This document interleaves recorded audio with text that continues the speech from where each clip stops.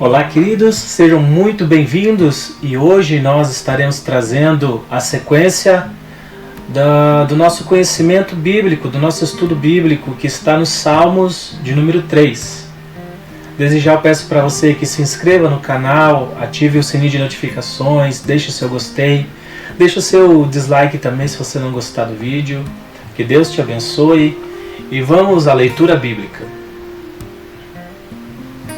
Salmo de número 3.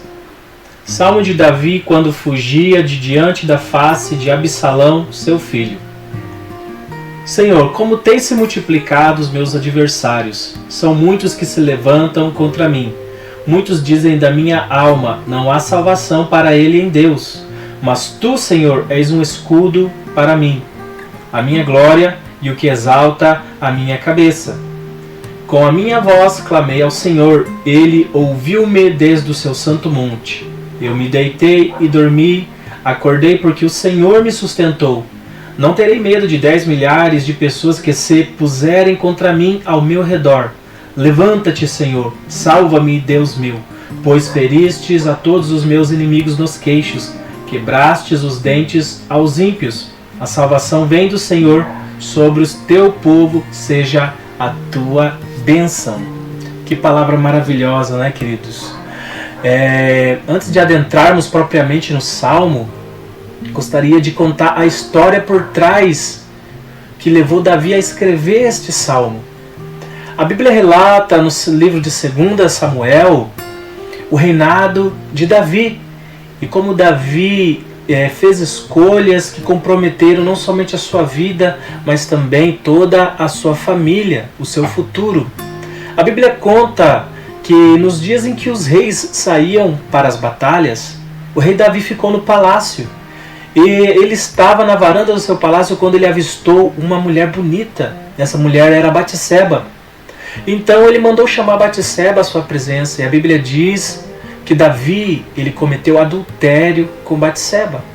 E Batseba engravidou de Davi. E Davi tentou esconder o seu pecado. O marido de Batseba, ele era um dos seus soldados valentes, fiéis, prestativos à nação, chamado Urias. E Davi chamou Urias e falou, vai para tua casa, vai dormir com a tua mulher, vai descansar. E Urias, como bom servo que era, ele disse, Senhor, como pode eu ir para casa, descansar, dormir com a minha mulher, enquanto os meus irmãos estão na guerra, estão perdendo as suas vidas, estão dando as suas vidas por amor a Israel, na batalha? Eu vou ficar aqui. E Urias não aceitou a primeira proposta de Davi. Então Davi ordenou ao seu general Joabe que enviasse Urias à frente do campo de batalha, que era onde os primeiros homens que iam à frente do campo de batalha eram os primeiros a morrer. E foi o que aconteceu. Urias foi na frente do campo de batalha e acabou morrendo, perdendo a sua vida.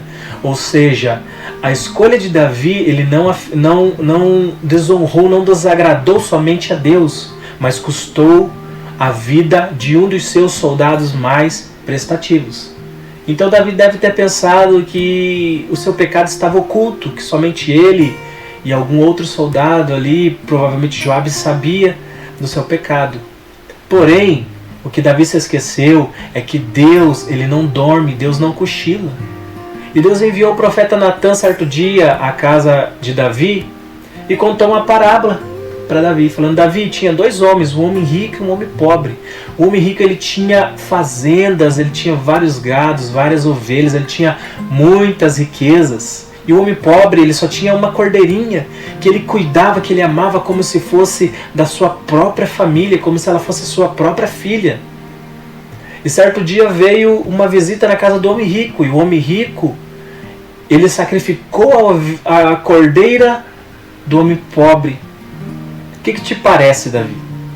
E Davi se indignou, falou, esse homem tem que morrer, esse homem tem que pagar, porque ele tomou a única cordeirinha que tinha daquele homem, sendo que ele tinha várias. Esse homem não agiu com justiça. E o profeta Natan falou, pois é, Davi, esse homem é você. Urias tinha uma única cordeirinha que ele cuidava, que ele amava, como se fosse a sua própria filha, a sua própria alma. E você tomou a cordeirinha desse homem. E por causa disso, a espada nunca se apartará da sua casa. Ou seja, Deus decretou uma sentença, Deus deu uma sentença cruel para a vida de Davi, que ele experimentaria de uma das piores formas possíveis. E por conseguinte vemos que entra em cena 3 filhos de Davi, um chamado Amon, outra chamada Tamar e outro chamado Absalão. A Bíblia conta que Amon, ele era apaixonado, ele amava a tua irmã, ele era louco por Tamar, pela sua própria irmã. E certo dia, ele fingiu-se estar doente e pediu para o rei enviar Tamar até a sua presença para que ela pudesse cuidar de Amon. E Davi enviou Tamar. E a Bíblia diz que Amon violentou a sua irmã. Amon, ele desonrou a sua irmã. E a sua irmã, tão envergonhada com tudo aquilo que tinha acontecido, ela não conseguiu voltar ao palácio à presença de Davi. E a Bíblia diz que Absalão recebeu a sua irmã, e também a Bíblia relata que Absalão odiou o seu irmão. Então já vemos a espada de Deus atingindo a casa de Davi, por causa da sua escolha de cometer o adultério, de esconder o seu pecado, custando a vida de um dos seus melhores soldados. Agora a família de Davi, a sua casa, pagaria o preço por causa das suas escolhas. Queridos, nós sabemos que a nossa vida ela é feita de escolhas. Todas as nossas escolhas, elas têm resultados, têm consequências. Existem na área da neurociência 3 fatores que nos levam a fazer escolhas. A primeira delas é o instinto. Por exemplo, quando você tem um filho, ele está andando de bicicleta e ele cai na rua, automaticamente você chama a ambulância, pega ele, coloca no carro e leva para o hospital, para ele ser cuidado, para ele ser tratado, porque você não sabe se ele teve algum ferimento grave. Simplesmente você, sem pensar nas consequências, sem pensar nos resultados, você age. Essa é a nossa vida, é um instinto de sobrevivência. Você não para analisar aquela atitude, não para analisar os benefícios e os malefícios daquela escolha. Simplesmente você faz. O segundo mecanismo que o nosso cérebro usa para nos levar a fazer escolhas é as nossas experiências. As pessoas mais velhas, que têm muitas experiências de vida, passaram por muitas situações, quando se depara com uma situação, ela procura no passado alguma vivência, alguma experiência que ela viveu, e ela tenta tirar lições daquela situação para aplicar nessa situação presente que ela se encontra, para resolver da melhor maneira possível o seu problema. E as experiências, elas são coisas boas para fazermos escolhas para as nossas vidas. E o terceiro mecanismo que o nosso cérebro usa para que façamos escolhas é a razão. E esse é um dos mecanismos mais difíceis de nós fazermos, de nós aplicarmos na nossa vida, porque exige que você pare, pense, planeje friamente, calcule os benefícios e os malefícios das suas escolhas. Geralmente nós usamos o instinto, o impulso, para fazermos as nossas escolhas. E nós devemos, queridos, praticar esses 3 mecanismos na nossa vida para fazermos escolhas. Se esses 3 mecanismos eles forem bem exercitados, bem treinados, eles podem trazer benefícios para as nossas vidas. Mas, no caso de Davi, ele agiu por impulso, cometeu um dos piores pecados diante de Deus, afetou toda a sua família. E como consequência disso, a Bíblia diz que certo dia Absalão, ele planejou uma festa em sua casa. Mas essa festa era com a intenção de matar o seu irmão Amon. E quando Amon chegou na sua casa, ele ordenou aos seus servos: quando Amon estiver bêbado, mate Amon. Então Amon foi assassinado pelos servos de Absalão, e Absalão teve que fugir Absalão ficou muito tempo fora e por intermédio de Joabe, o general de Davi, houve a reconciliação. No primeiro momento, Davi não quis receber o seu filho na sua presença. Mas por apelo de Absalão falou, por que o rei me autorizou a voltar à terra de Israel, voltar a Jerusalém, se ele não me recebe na tua presença? Não é melhor que tivesse me matado? Então houve todo um reconciliamento. Davi permitiu então novamente Absalão adentrar a presença do rei, chegar ao palácio.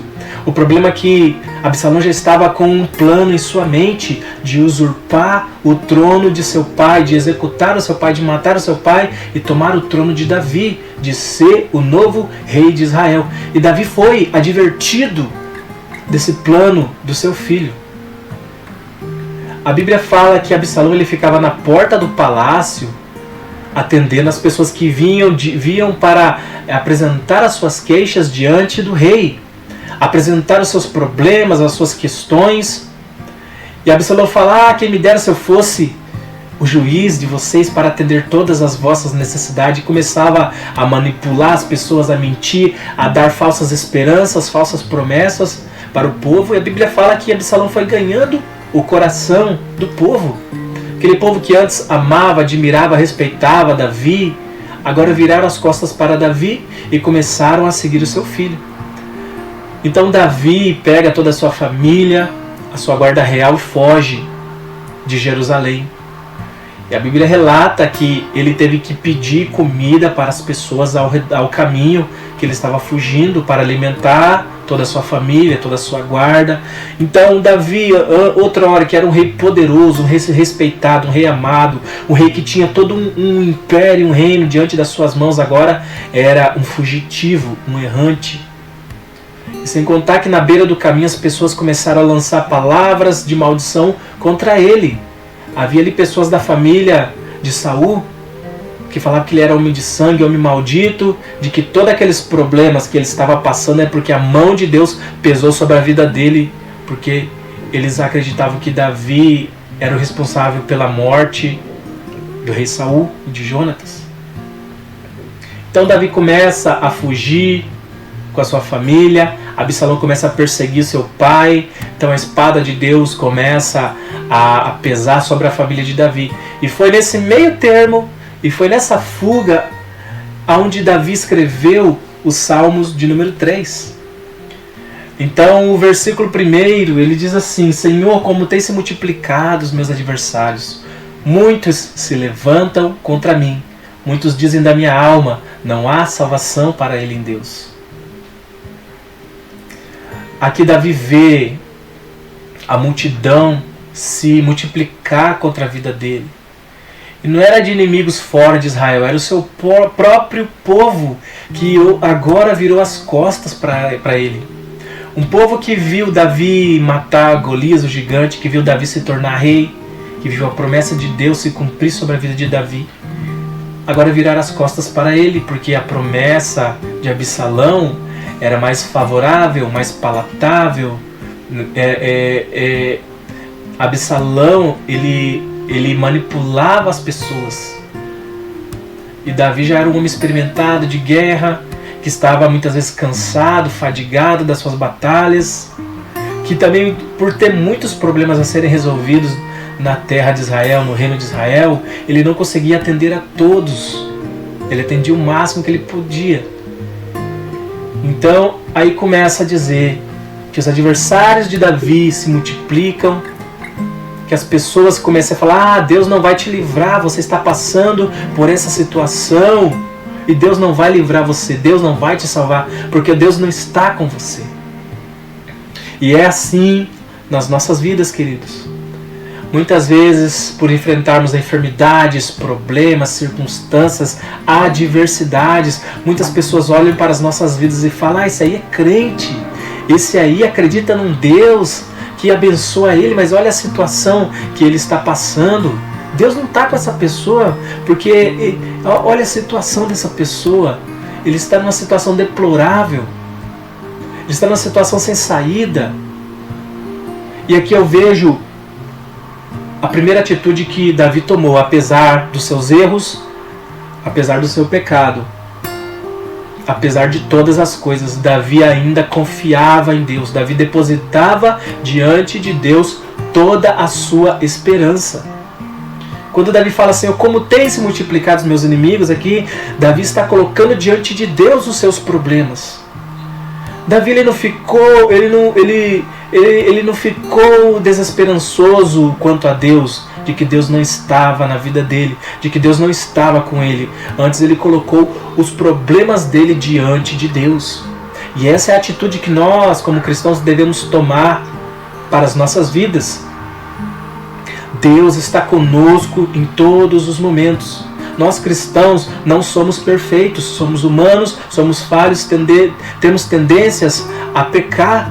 A nossa carne ela é inclinada para o mal. A Bíblia fala que há uma guerra dentro de nós, uma militância entre o espírito e a carne, entre o novo homem e o velho homem. E o que vai prosperar dentro de nós é aquele que nós mais alimentamos. Se você alimentar a sua carne, o seu orgulho, a sua soberba, é o pecado que irá reinar na sua vida. Porém, se você alimentar o espírito, o seu contato, a sua comunhão com Deus, é a sua vida espiritual que vai prosperar. E foi o que aconteceu com Davi. Davi não perdeu as esperanças no seu Deus. Ele continua dizendo também: mas tu, Senhor, és um escudo para mim, a minha glória e o que exalta a minha cabeça. Aqui vemos a confiança que Davi tinha em Deus. Apesar de todos os problemas, apesar da perseguição do seu próprio filho, apesar do seu povo virar as costas, apesar de agora ele estar precisando de alimentos de outras pessoas para alimentar a si e a sua família, ele acreditava que Deus o protegeria de todo o mal. Deus é o nosso escudo, nosso socorro bem presente na hora da angústia. Tenha fé, não tenha medo das circunstâncias, por mais pavorosas, por mais terríveis que elas sejam, Deus está ao nosso lado. Ele está nos protegendo e nos cercando de bênçãos. No versículo 5 ele diz assim: eu me deitei e dormi, acordei porque o Senhor me sustentou. Queridos, nós devemos ser gratos.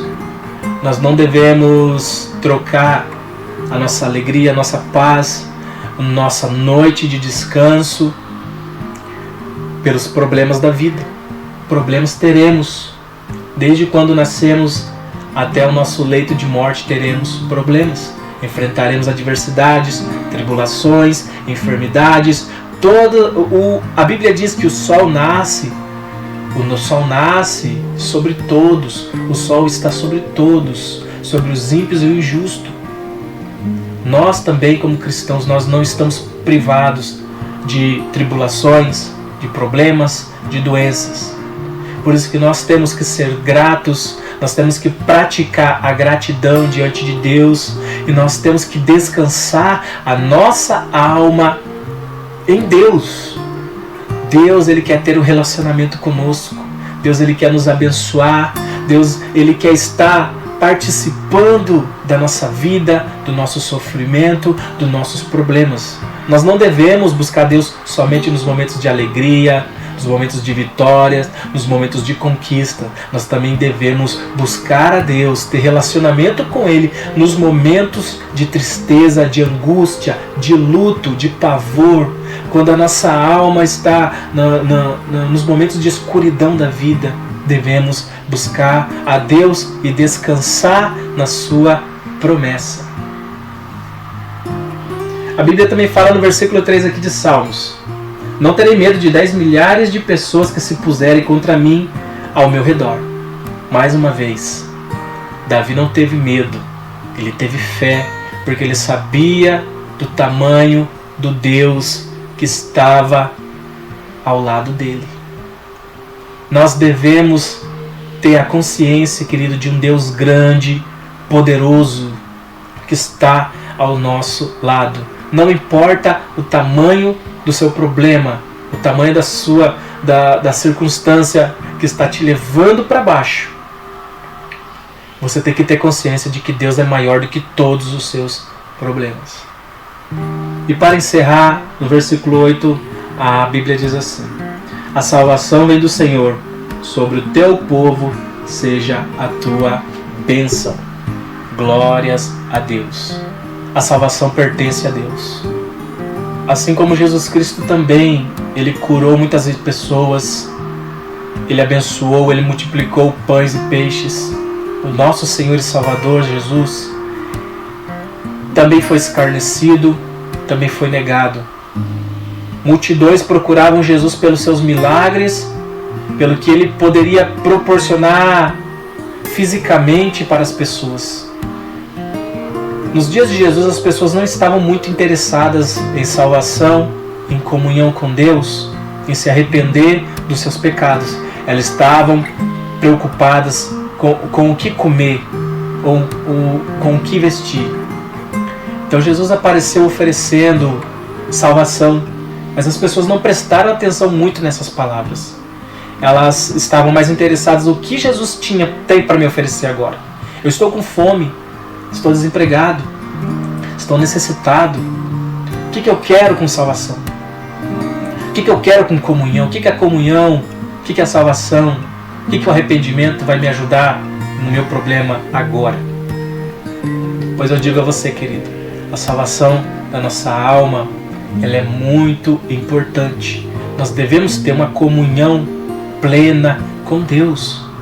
Eu tenho certeza que o que aconteceu com Davi aqui, a sua resposta aos seus problemas, por mais que o seu pecado foi grande, foi terrível, ele não perdeu as esperanças em Deus. E nós não devemos perder as nossas esperanças.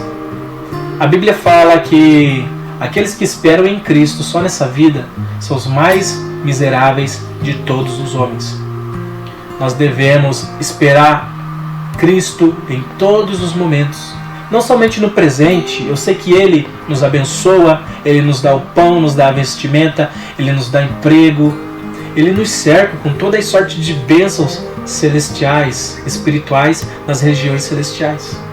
Mas também Ele promete algo a mais. Ele diz: eu sou o caminho, a verdade e a vida. Ninguém vem ao Pai a não ser por mim. Ele diz que foi para o Pai preparar um lugar para que onde Ele estiver, nós estejamos também. E essa é a palavra que eu gostaria de deixar para você. Não perca a sua fé, não perca a sua esperança em Deus. Se agarre firme em Cristo Jesus, confie nele. Jesus Cristo diz assim: vinde a mim todos vós que estáis cansados e sobrecarregados, e eu vos aliviarei. Nós devemos deixar o nosso fardo e abraçar o jugo de Jesus, que é leve, que é suave. Nós devemos carregar a nossa cruz. Amém? Não tenha medo, tenha fé. Jesus Cristo é o nosso Rei, ontem, hoje e será para todo o sempre. Gostaria de fazer uma oração. Que Deus te abençoe. Obrigado por ter ficado até agora ouvindo esta palavra. Espero ver você em um próximo vídeo. Obrigado, Senhor, pela Tua palavra. Obrigado, Senhor, pela Tua bondade e a Tua misericórdia. Assim como o Senhor foi com Davi, Pai. Davi cometeu muitos erros, mas ele não deixou de confiar em Ti, de depositar a sua esperança na Sua promessa, nas Tuas mãos.